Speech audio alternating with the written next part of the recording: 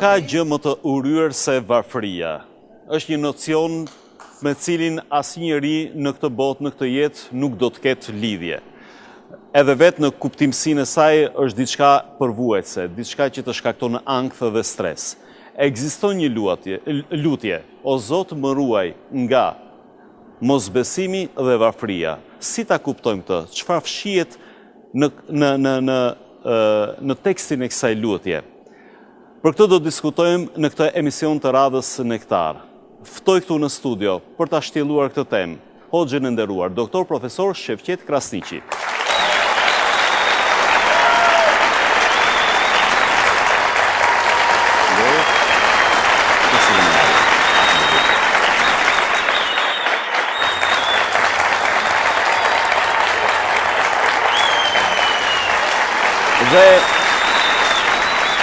Dhe në krah të hoxhës së nderuar do të jetë psikologe Edlira Dyrmishaj që vjen nga Tirana.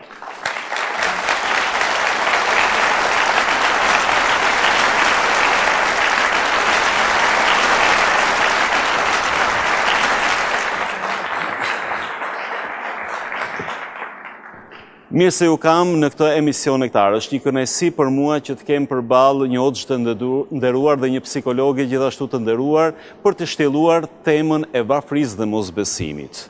Atëherë, le ta fillojmë me ju hoxh i nderuar. Kush e ka thënë këtë lutje, kush e ka artikuluar, nga se vjen pra një historik në një farë mënyrë të kësaj lutje dhe më pas një zbërthim nga pikpamja etike, nga pikpamja fetare, nga pikpamja psikologjike, nga pikpamja shpirtërore e kësaj lutje. Bismillahirrahmanirrahim. Faleminderit për ftesën, urime për emisionet në përgjithësi, kontributin e juaj të çmuar që jepni në veçanti këtë muaj të bekuar. Ajo që ceket në fillim është një thënie profetike, ne i themi hadith, terminologjin islame, e të dërguarit të Zotit pejgamberit alayhi salam, i cili e ka thënë shpesh, shumë shpesh, dhe atë në vendin dhe në kohën më të shejt, më të çmuar, e që është në namaz, pikërisht ullur në tehjat apo në ulljen e fundit të namazit. Pra për i duave lutjeve të cilat i ka bëra i bekuar, ka qenë edhe kjo, o Zot, më ruaj nga kufri mos besimi, më ruaj nga varfëria, fukaralluku, më ruaj nga dënimi i varrit. Vetë fakti se e ka zgjedhur me thanë, këtë dua me bërë këtë lutje, në vendin apo në kohën, në vendin e fjala ullur, në namaz, është një shenjë që të regon dhe argument i qartë për rëndësinë e madhe që ka kushtuar Islami, besimit përballë mosbesimit dhe pasurisë përballë varfërisë. Po, sepse ekziston edhe një koncept i tillë që unë faktikisht edhe individualisht e kam ndeshur shpeshherë. Nga njerëz jashtë besimit ka një perceptim që në besim monumentalizohet varfëria dhe jo pasuria. Pra njeriu duhet të jetë sa më mundësisht jo i varfër, po përgjithsisht në kufijtë e varfërisë të notoj. Këtu i kem dy tema, secila prej tyre është shumë e gjerë dhe ka shumë për të folur për te. Çështja e parë, thënia e parë profetike e pejgamberit të bekuar, o Zot më ruaj nga mosbesimi. E çka do të thotë mosbesim? Dhe pjesa e dytë më ruaj nga varfëria. Janë të ndara, por të njëjtën kohë dhe bashkohen. Ai ka bashkuar në të njëjtën lutje dua, e që jep në kuptu se ka një lidhje mes këtyre dyjave. Për faktin që i ka bashkuar, sepse ai nuk flet me hamendje, por flet atë që është shpallur nga i madhi Allah. Andaj fjalët e tina, radhitja, forma e fjalëve, vendi që i thot, secila prej tyre e ka vendin e vet, kohën e vet, me një precizitet të përkryer, sepse është thjesht inspirim dhe shpallje dhe frymëzim prej anës së Allahut Azza wa Jall. O Zot më ruaj nga mosbesimi, kufri.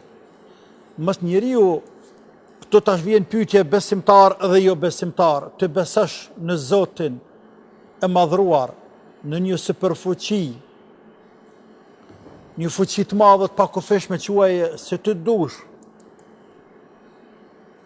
dallon esencialisht me një njeri i cili nuk beson fare. Në veçantin në trojet e Ballkanit, në përgjithësi dhe një pjesë e madhe e botës, e kemi përjetuar për një kohë, diku gjysmë shekulli, diku edhe më shumë, një sistem të plot, shtetëror, i cili ka ftuar dhe ka thirrur 24 orë në diçka që quhet mosbesim. Përballë saj i kemi fetë qiellore, në kryesorën dhe të fundit e kemi fenë islame, e cila vazhdim i feve të mëhershme qiellore thret në besim, me besuar Zotin e madhruar. Flasim për vlerat e besimit, dobit e besimit dhe pasojat e mosbesimit, do të thotë të flasësh gjatë dhe shumë, të flasësh për këtë jetën e njeriut. Nëse më lejohet me zbërthyen pika shumë të shkurtra, do të kisha cekur një ngjarje, një tregim që e përmbledhi një shok i pejgamberit Zotit, shok i tij, Gjafer bin Ebi Talib, Gjaferi i biri Ebu Talibit, djali agjes i profetit Muhammed a.s. Përballë mbretit të Etiopis, se atëhershme Habeshit, i quajtur Nejashi, i cili pasi shpërngulën një grupi muslimanëve në Etiopi, duke hikur nga bashkëadhëtarët, bashkëkombasit e tyre, për shkak të besimit dhe mosbesimit, dhe mbreti fton në pallat për të biseduar pse vallë keni ardhur ju, çfarë zori pat që e kaluat detin e Koq prej Gadishullit Arabik dhe kaluat në Afrikë dhe pse e lat vatanin, çfarë të mira pat tek ne, thot ai i bekuar, thot i nderuari mbret, madhëria jote, ne kemi qenë një popull që ka dominuar tek ne ignoranca, cilësia e parë mosbesimit. Tek ne kemi hangër shtazën e ngordhur. Ne kemi vra dhe kemi mbyt edhe fëmijët e tanë. Ne nuk kemi lanë dukuri negative në shoqëri pa e bërë. Ne kemi mbarros edhe bija tona gjalla. Ne nuk e kemi mbajtur lidhjen farefisnore. Nuk e kemi respektuar fëqiun dhe këshiun tonë. Dhe shumë dukuri tjera i cek. Pasta i tha, erdhi e dërgoj Zoti një profet nga mesi ynë, që ne njefshim, nuk mund të akuzonim atë se është dallavergjie, është i padrejtë, synon poste, karriere, filozofi tjerë. Jo, a ishte në mesin tonë dhe naftoj. Ta shicek vlerat mirat e besimit përballë atyre që atë se kanë më heret, sidqul hadith, me fol fjallën e vërtet. Fjallë e vërtet, me fol hakun, me fol të vërtetën para kuj do qoftë këtë dënja, me fol të vërtetën, me ndihmu e të varfërve, me kujdes për jetimin, me kujdesur për fqiun, për kojshin, me kujdesur për fukarat, me respektuar prindin, me ndihmu njerëzve dhe me adhuruar Allahun Azza wa Jall. Edhe populli ynë, krerët tanë, na luftuan mu për këtë parim. Pra, me këtë hadith, apo me këtë tregim, sikurse po dënë mi përmbledh vlerat kryesore që ka besimi, duke i cekur edhe përballë kësajna vlerat të cilat, apo pasojat anësore, efektet anësore të cilat i ka mosbesimi. Populli jonë shqiptar të tonë, thojnë, fjallorin veçanti tek ne në Kosovë, një njeri cili nuk kapet në qiell as në tokë, mos zatet Zoti me ta, sepse të nërën 700 ftyra për 7 minuta. Njeriu i cili është i lidhur me Allahun, e beson se ka një fuqi të madhe, nuk ka nevojë o vëlla për kamerat të cilat e përcjellin dhe vëzhgojnë kudo që shkon. Sa paraja harxhohet për siguri, sa paraja harxhohet për sektor të ndryshëm të shoqërisë për mi ruajtur, për mu kujdes me imbrojt, përderisa krejt ato janë të panevojshme në tek një individ, familja apo shoqëri e cila e beson Zotin hak dhe jeton për Allahun e madhruar. Nëse do të shkojmë edhe më tej, bota, krejt bota, po edhe kjo bota jonja perëndimore evropiane, dhe perëndimore në përgjithësi e cila në shekujt e fundit është veçuar me ngritje me civilizim. Nga e morri, po mos t'ishte imani besimi i ardhur në midis shkretine të Arabisë, midis shkretine, në Mekë para 1400 sa viteve, dhe mu përhap vlerat e fesë pastaj dal nga dal, deri në Andaluzi dhe më pas në Evropë, ku do të ishte sot kultura, civilizimi, përparimi, shkencor, teknologjik e tjerë, nga aspekti fetë. Sakt, kjo është një temë e gjerë. Le të konkretizomi, varfëria në këtë rast, në këtë lutje, mos është thjesht në aspektin metaforik, si varfëri, pra apo është edhe në aspektin material. Sa pesh ka një varfëri materiale, që askush nuk e dëshiron në këtë jetë, dhe gjithë ne punojmë dhe stërmundohemi pikërisht për mos me qenë të varfër, sepse është një rëndesë e madhe psikologjike. Njeriu për varfëri shet gjithçka, fillon shet edhe nderin, nuk është pra si lidhet, si ingranohet me mosbesimin, se këtu duhet jetë urtësia dhe madhështia, besoj. Pra, nëse do të kalojmë pjesën e parë që thash mund të flasim për të sot dush, po sepse është një det i madh, dhe dalëm pjesën e dytë të hadith, respektivisht në temën e dytë, për pasojat e varfërisë, e që ai i bekuar e cekit hadith pra runa Zot, më ruaj o Zot prej varfërisë, e lidh pas mosbesimit kufrit, nga se varfëria shumë herë e shtyen njeriu të bëj punë të liga, të cilat mund të qojnë edhe në dalje nga feja, nga dini, mu ashtu se thati me shit edhe matë shtrajtën të cilën e qmon e posedon, apo të cilën e ka ai individ. E pasojat e varfëris janë të hatashme, janë të mëdha, janë të pafundshme. Ndashme ripasojat e varfëris nga ana e arsimit, dashmerën nga ana shëndetësore, dashmerën nga ana ekonomike, dashmerën nga ana politike, dashmerën nga ana sociale, dashmerën si individ, si familje dhe si shoqëri krejt, se cila prej tyre veç e veç gjenë kallabllak faktor të cilët të destabilizimit dhe që rregullimit të individ dhe të shoqërisë nga fukaralloku i madh. Se cilën prej tyre ta mërsh, nësë janë nga arsimi atje, çka ta mërmendja tyre, një familje e cila me zër, me pikë të zorit, e ja siguron fëmijëve të vetë kafshatën e bukës. Qysh ka me mendu për shkollim? A mund të jetë fëmiu gjeni, shumë i aftë është, por shkollimin e lën dorës dytë, sepse dorës të parë primare ka kafshatën e bukës, për atë arsye... E kuptoj. Po, pra, me këtë shembull që ai ngrati, ai asy ka kohë më marrë me shkencëtare, me njerëz të dijes, sepse është i preokupuar me varfëri. Edhe besoj që edhe një ekuilibër midis nevojës materiale dhe shpirtërore është brenda kësaj lutje. Nëse marrëm nga ana shoqëri, nëse merr nga ana shëndetësore, smundjet më të mëdha në këtë glob botës janë në shtetet e varfëra. Për shkak të mungesës të medikamenteve mjekësore, smundjet vdekjepruse të cilat marrën me mija veta në botë, me miliona veta në botë, janë së shkak i varfërisë. Për atë arsye, në disa analiza apo sondazh thot,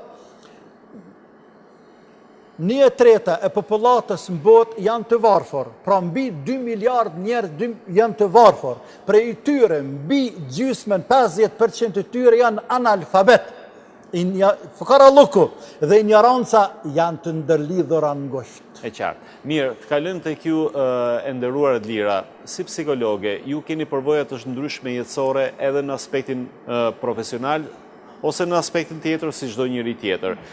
Nga pikpamja psikologjike, ka një qasje po të tillë edhe në aspektin thjesht psikologjik për varfëria që ka pasojat e jashtëzakonshme, pra nuk është, mos ta themi që, varfëria, unë nuk du t'jemi varfër dhe është i fjalë goje, por që ndërlidhet ose e gjesh prehën pikërisht te kjo lutje, pra mosbesimi, ka lidhje me fjalë? pa ju referuar, pa pas referencë të qartë fetare. E qartë. S'par ju falenderoj dhe njërë për ftesën, është gjithmonë kënaqësi të ndjesh këtu në studion Nektar.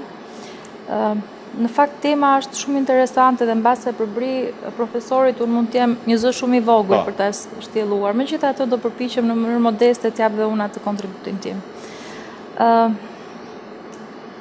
A ka lidhje varfëria me anën e besimit apo jo, në aspektin psikologjik, në aspektin social? Në psikologji është e njohur shumë mirë një termi i hierarkisë së nevojave. Dhe shumë bukur varfëria do t'ishte më aty ke baza, ku njeriu ka nevojë thelbësore të përmbushë gjithë ato instiktet e vet për mbijetesë, përpara se të kaloj pastaj në çdo etapë tjetër, cilat e ngren atë rreth anës intelektuale dhe anës shpirtërore deri te më e larta që është kuptohet besimi në një hyrni, që është besimi në njëshmërinë e Zotit. Në këtë aspekt unë mund të sjell shembuj pafund. Mund të them që personalisht nga eksperjenca ime, duke qenë se kam punuar vazhdimisht si koordinatore në një qendër sociale dhe kulturore. Kam vënë re për shembull në projekte që kemi pasur ne me jetimët. E marr si shembull sepse projekti i jetimëve është diçka që kushdo mund ta përfitojë shumë kollaj. Kuptohet që projekti i jetimëve çfarë synon në fakt? Në vetvete synon që atyre t'i ofroj një mbështetje financiare dhe një mbështetje morale. Për shkak të privimit që ka do me thënë, i jepet një ndihmë për shkak se atyre ju mungon një figurë shumë thelbësore në familje që do t'i asiguronte të ardhur, pavarësisht se nuk synohet, do me thënë, pavarësisht dëshirës mirë nuk mundesh dot kur ta plotësosh gjithë nevojën. Ama çfarë? Gjithmonë ne kemi parasysh diçka shumë të rëndësishme. Përpara se t'i jepet ana materiale, këtij fëmijës apo kësaj familje, përpiqemi që mbi të gjitha ti parashtrojmë një vlerën e mirësisë dhe të njerëzillëkut. Tani nëse unë do shkoj dhe t'i jap atij një anë materiale dhe nga ana tjetër do t'i flas për besimin kështu thatë fare, do thotë o zonjë, di s'është puna, unë kam aq shumë halle dhe kam aq shumë gjëra për cilat më duhet vrapoj dhe të rend dhe të siguroj ditën e fëmijëve, dhe ti kupton që ti nuk duhet të zhvishesh komplet nga ajo ana teorike e bukur që ti lexon në libra. Pavarësisht, unë nuk vën dyshim fare dhe as nuk e çoj në mend, hadithet e profetit Muhammed a.s. janë fantastike, janë shumë bukura. Duhet që shumë mirë secili nga ne t'i marrë si parime personale ato për të orientuar drejt përçimit vlerave. Fjala konkretisht ke ky target group. Në këtë aspekt, ku është problematika dhe ngërçi që krijohet në së brendshmi tek njerëzit përballë varfërisë dhe besimit? Njerëzit janë shumë friksuar nga e nesërme, çfarë i pret ato. Ashtu siç mund një pjesë e mirë e tyre të jenë pengë asaj çfarë ka kaluar dhe kjo e kaluar mbase mund të jetë e vështirë, e varfër, po themi, dhe nuk i lën ato dot që të ndërrojnë për gjëra të bukura, apo në psiqikën e tyre ato thonë nuk kam kohë unë të merrem me besimin. Ndërkohë që ne si besimtarë dim shumë mirë që mjafton të përmendim çështën e kaderit të Zotit, që çdo gjë është e përfunduar në këtë botë. Ti e thjesht një aktor në këtë botë ku përpiqesh sa më shumë të investosh për jetën tjetër. Në këtë kontekst, nëse njeriu arrin që të mbushë zemrën e tij me besimin që Zoti ka përgatitur më të mirën për mua, ai do të ndihet shumë i pasur edhe pse mund të jetojë në një shtëpi shumë modeste, shumë thjeshtë. Privime materiale. Ama është e rëndësishme shumë që çfarë përcjell ky element fetar tek psiqika e njeriu. Unë nuk kam se të jem penga as të shkuarës as të nesërmës. Ajo që është ime është dita e sotshme dhe unë duhet luftoj fort, bëj më të mirën time për të ditë. Çdo gjë tjetër pastaj është sukses për Zotin. Mirë, le të bëjmë një pushim të shkurtër, është momenti për publicitet.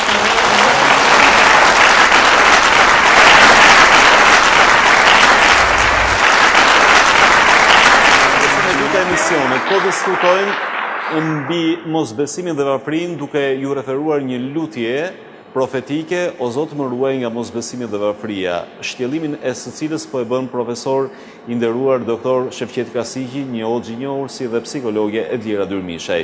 A mund të kishte kjo, pavarësisht është profetike dhe nuk diskutohet vlera saj, po në një version tjetër mund të ishte dhe lutja më ruaj nga pasuria dhe në ç'është kontekst nëse do ekzistonte, sepse kemi dhe pasurinë, ndërkohë që treguesit e përgjatë historisë, po edhe sot në botë janë që probleme të mosbesimit dhe besimit ka dhe kur ekziston pasuria, po jo. Madje nëpër masa shumë të mëdha. Edhe pasuria në dorë të ligë është e dëmshme. Nuk po them me kufi e madhe e vogël, sepse nuk ka kufi sa me qenë njeriu i pasur. por më rëndësi është mënyrën se ka fituar dhe në cilën dorë qëndron pasuria. A qëndron në dorë të njeriu të cilë ka vërtet në dorë dhe në xhep, apo qëndron në dorë të atij i cili ka pasurinë në zemër, e nuk mund ta nxjerrë. Është dallim i madh. Pasuria do të jetë në xhep dhe në dorë e jo në zemër.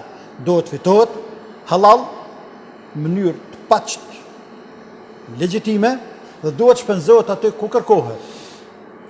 Përndryshe mund të jetë nënçmuese dhe mund të jetë edhe shkatërruese për individin, mbasën këtë dynja para se botën tjetër, se atje gjithsesi do t'ja shësherën pasurisë. Pasurisë fituar gabimisht, shpenzuar gabimisht. Edhe varfëria pra ka pasojat e veta, sikurse që ka edhe pasuria jo gjithherë, sepse nderuara profesori Shapo e Cekit që njëri duhet mbështet ka derë Zot është e vërtet. Dhe këtu tash nëse më lejon, më shtu edhe diçka. Varfëria, për çka vjen? Mund vije prej qiellit. Lutem, i merr të gjitha sebepet, si individ, si familje, si shoqëri, si shtet, ta zamanin në Kosovë, kemi dojë për lufte po. Luftën e ka shkatëruar. Andaj është logjike që t'jemi populli varfër në ditët dhe vitet e para. Dhe krejt populli jonë, një psikologjike përjetën ma letë varfërinë, sepse kemi dalë prej një lufte të madhe që në ka kushtuar shumë mirë, por kur është varfëria prej njerëzve, mos ta lamangu, pe Allah, sepse Allah don nga njerëmi që njerëzve varfëri dhe skamje për urtësitë e veta që i dinaj. Kemi një surët Jusuf në Koran, Allah i madhruar, i ka treguar pejgamberit e tij Jusufit, tregoi ti mbretit e atë kiptazve se do të vinë 7 vite. Thatësi e madhe do të ketë. Pra nuk është çështja se ndembela dhe nuk punojnë dhe keq menaxhojnë, por është caktim një kader i Zotit i cili pritet ndodhë në të ardhmen, e te si profet pejgamber paralajmëroi ata se 7 vite nuk ka pikëshiu. Andaj, por para të vinë 7 viteve, vinë 7 vite të njoma, të bereqetshme, të fërëtshme, ku i duhet menaxhoni mirë për me rujt rrezikun, furnizimin, kafshatën e gojës për 7 vitet e tjera se do t'jenë shumë të vështira. Ndërsa, varfëria, kur vjen nga faktori njeri, e që sot vendet pjesën ndërmuese të botës, është faktori njeri, i cili e shkakton varfërinë. Faktori njeri o vlla, e shkakton varfërinë. Jemi sa të kthehemi, nisëm nga shtëpia jonë këtu jemi në Kosovë apo në trojet tona të Ballkanit. A mund të pretendojmë se tokat shqiptare të cilat ne jetojmë mbi to dhe ecim mbi to janë të varfëra në atë shkallë, në atë drejgje, sa me qenë gjithë kjo varfëri e jonja, le të them edhe ekstremet e një numër i njerëzve, shtetarëve tanë shqiptar, apo vallë është fajtori tek faktori njeri, i cili ose nuk e menaxhon mirë, ose rras për veti, edhe shtohet duke pasunu më shumë, shtohet shtresa e pasur dhe shtohet shtresa e varfër.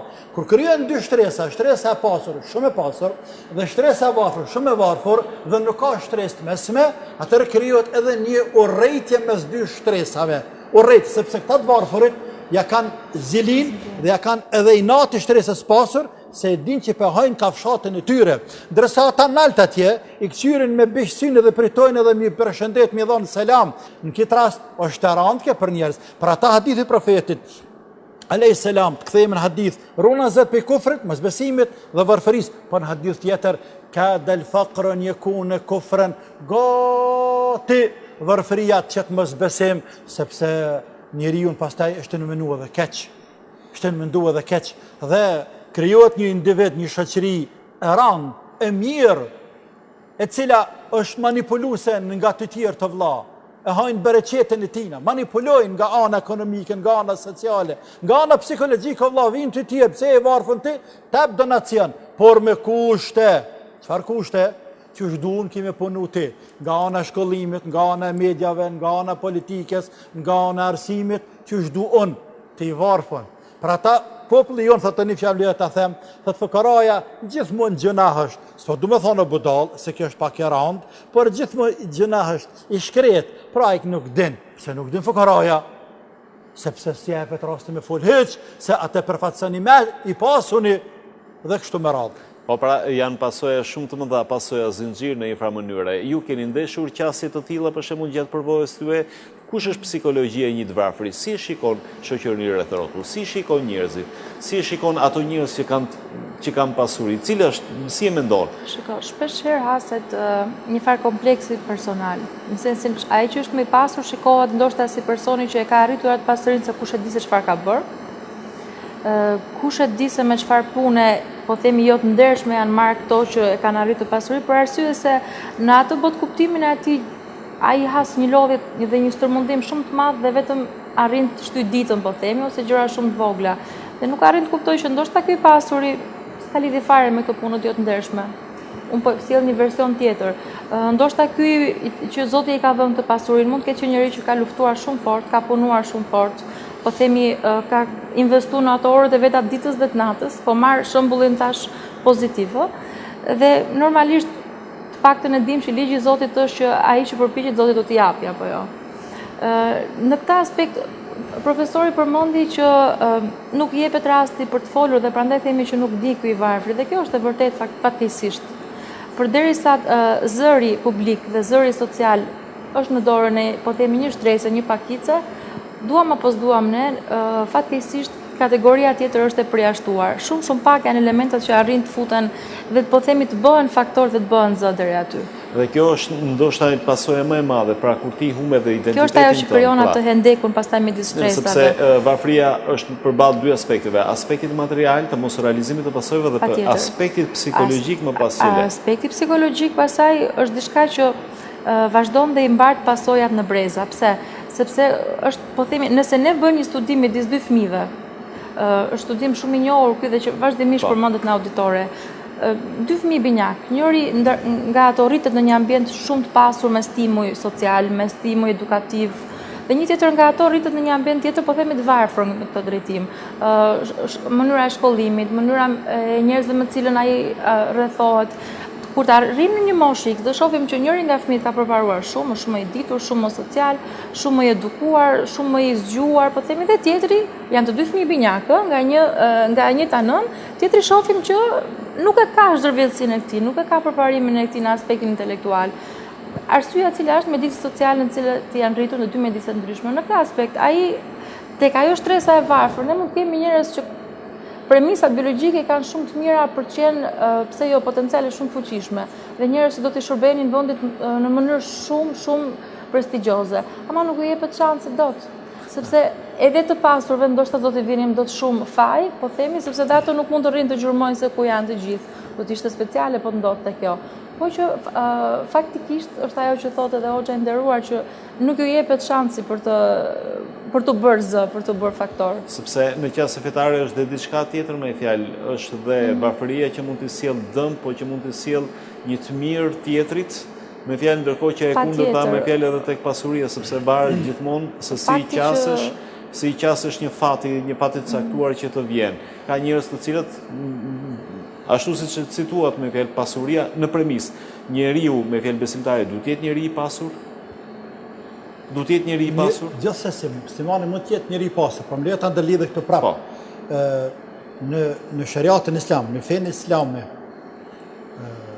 ndërlidhen ngushtë i varfërin me të pasurin. Ne po flasim për jetën e përditshme, për ndryshe nëse shkojmë premisat të ngushta të fesë. Allahu është ai i cili i lën njerëzit e varfër, thash mund të jetë faktori i qiell, i jashtëm, jo në dorë tonë. Azami ne bëjna punën, jemi punëtor.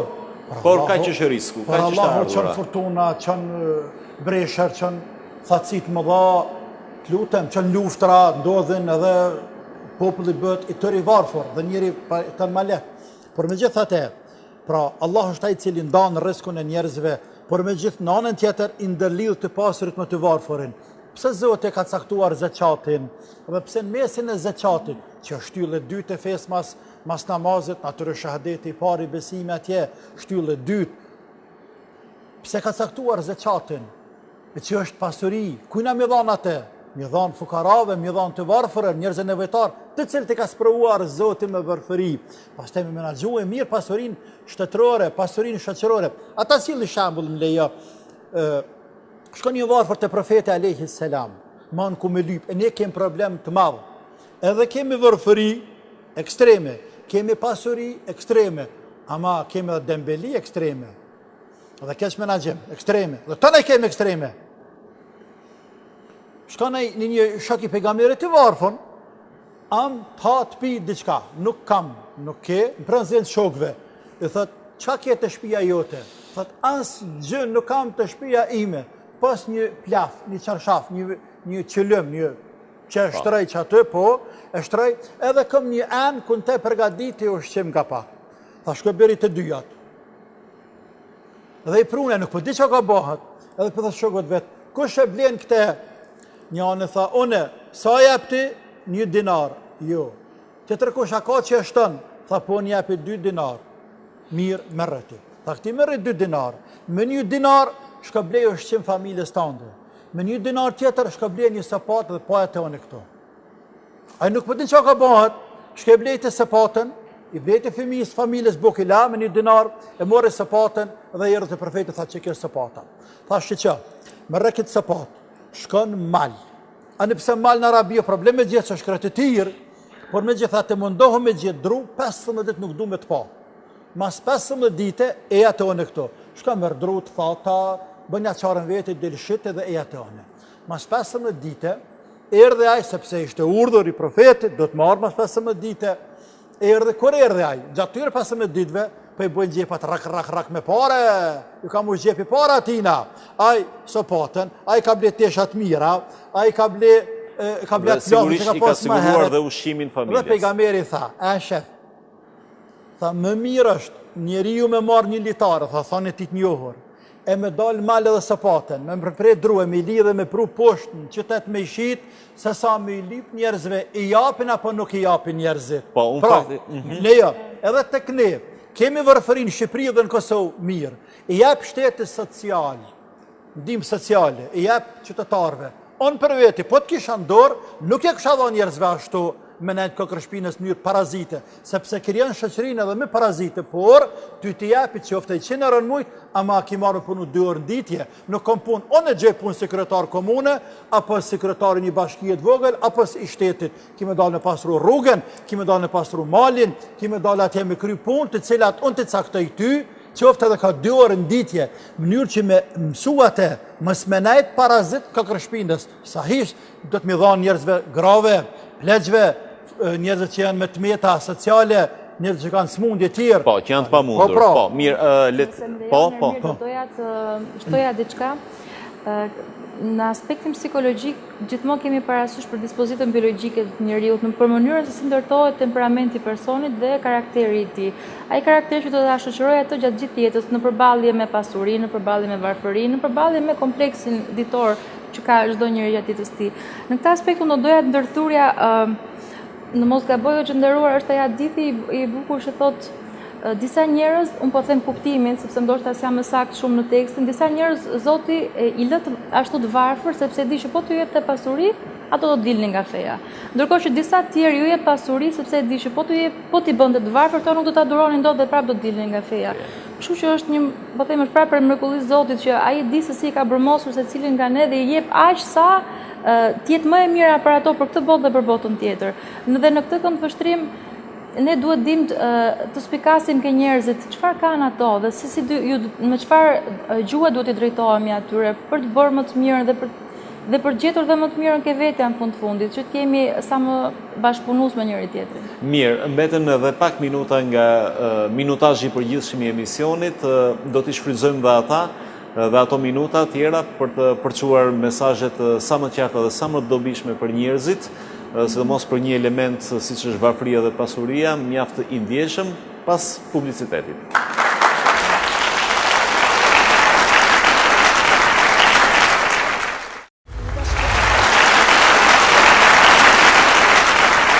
Po, Edira, sërish do të vijoja me ju bisedën. Përmendi që parë, Hoxha e nderuar fenomenin e lypjes. Besoj që asnjëri nuk dëshiron të jetë të lypës. Në parim është kështu, mirë po ka një kategori njerëzore të cilët të lypin. Për dispozita fetare, ju pastaj mund ta dispozita fetare, siç është për lypje, mund ta shtjelloni. Në një farë mënyre lypja ja ul dinjitetin, njeriu. Në rafshin psikologjik, çfarë ndodh? Çfarë ndodh me njeriu që lyp? Dhe a mund ta shëron vetveten nga kjo gjë? Unë do të thej që lypja është një dukuri apo një fenomen që në fakt shfaqet e ato njerëz që me dinjitetin kanë probleme. Do të thotë dinjiteti dhe lypja janë larg nga njëri tjetrit.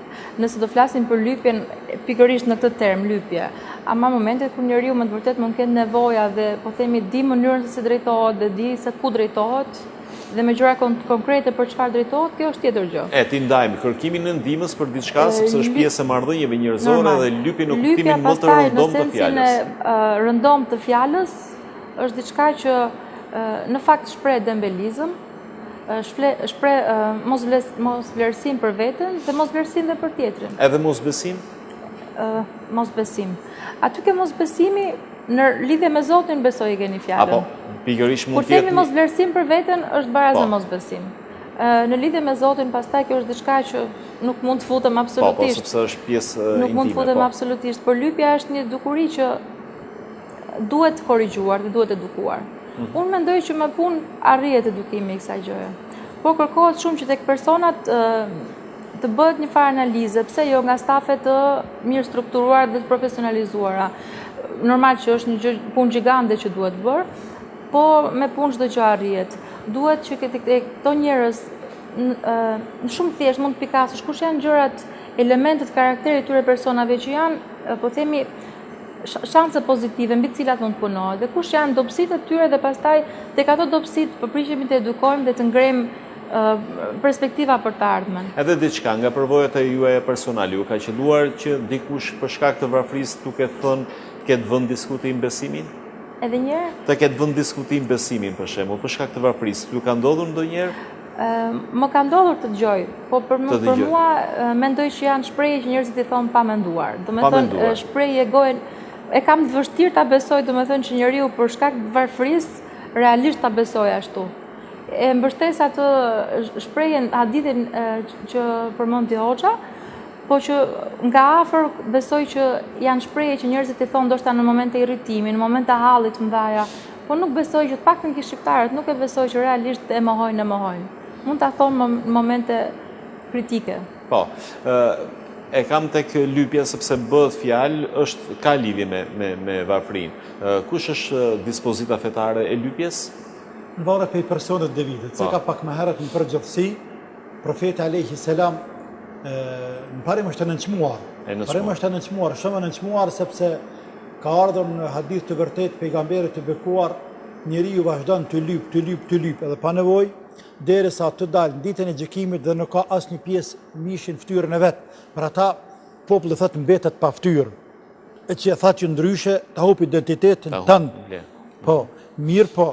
Nga njëherë njeriu ngushtohet vijet deri në atë drejtë, në atë shkallë, saqë detyrohet me shtrit dorën me lyp. Në këtë rast imponohet është halal e lejuar, por prap me kufi, ndërsa bëhet dukuri tek disa njerëz edhe për gjëra jo elementare, esenciale, por më edhe për gjëra luksi, sepse nuk është gjëra elementare me dalë me pini macchiato apo një kafe dikon apo me dhëz një cigare, një pakë cigare me ble. Ajo tash më del haram, del masraf krejt, shkojnë lypin, a ka anën tjetër, harxojnë para kët. Dhe ka njerëz shumë të nënçmuar edhe ceka merret hadithin se profeti alayhis salam duhet ta mjekoj këtë dukuri të lypjes. Njerëzit duhet ta urrejnë shumë dukurinë e lypjes, edhe kur janë në zor, por duhet të jenë ata të cilët interesohen për gjendjen e fukarave të varfërve, për ata islamet e neve si musliman në nxit shumë me dhon zeqatin, sadakane, pastaj më kujdes për të afërmit të tua, krabatu, sepse aty janë të varfërit.